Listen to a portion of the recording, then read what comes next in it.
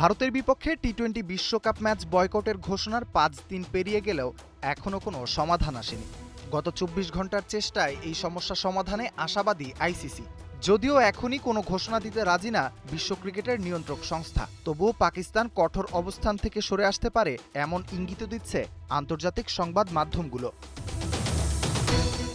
বিভিন্ন প্রতিবেদনে বলা হয়েছে আইসিসি ও পাকিস্তান ক্রিকেট বোর্ডের মধ্যে ব্যাক চ্যানেল আলোচনা চলছে। 15 ফেব্রুয়ারি কলম্বোতে ভারত পাকিস্তান ম্যাচ ঘিরে এই জটিলতার সমাধান খোঁজা হচ্ছে। জানা গেছে এই আলোচনায় জড়িত আছেন আইসিসির ডেপুটি চেয়ারম্যান ইমরান রাজা।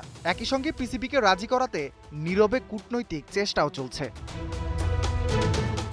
এই আলোচনায় এবার ঢুকেছে শ্রীলঙ্কা ক্রিকেট বোর্ডের চেয়ারম্যান শাম্মী সিলভা পিসিবিকে চিঠি দিয়ে জানিয়েছেন, পাকিস্তান ম্যাচ বয়কট করলে শ্রীলঙ্কার ক্রিকেট ও দেশটির পর্যটন খাতে বড় আর্থিক ক্ষতি হতে পারে।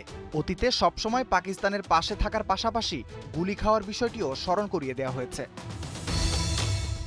তবে রাজনৈতিক অবস্থান তো এখনও জটিল। পাকিস্তানের প্রধানমন্ত্রী শেহবাজ শরীফ সম্প্রতি জানিয়েছেন, বাংলাদেশের প্রতি সমর্থন জানিয়ে ভারত ম্যাচ না খেলার সিদ্ধান্তেই অটল থাকবে পাকিস্তান। তবুও আইসিসি থেকে চলছে সমাধানের জোরালো চেষ্টা। তবে আগামী কিছু সময়ের মধ্যেই পরিস্থিতি আরও পরিষ্কার হতে পারে বলে ধারণা করা হচ্ছে।